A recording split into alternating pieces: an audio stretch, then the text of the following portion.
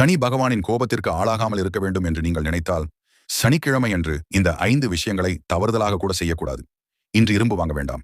ஜோதிட சாஸ்திரங்கள் கூறுவது சனிக்கிழமை இரும்பு அல்லது இரும்பு பொருட்கள் வாங்குவது அசுபம். இப்படி வாங்கினால் சனி பகவானின் அதிருப்தி வரும் என்று சொல்லப்படுகிறது. ஆனால் இரும்பு தானம் செய்தால் மிகவும் புண்ணியம் கிடைக்கும். கருப்பு எள் வாங்க வேண்டாம். கருப்பு எள் கடுகு எண்ணெய் தானம் செய்வது மிகவும் நல்லது. ஆனால் சனிக்கிழமை என்று வாங்குவது கூடாது.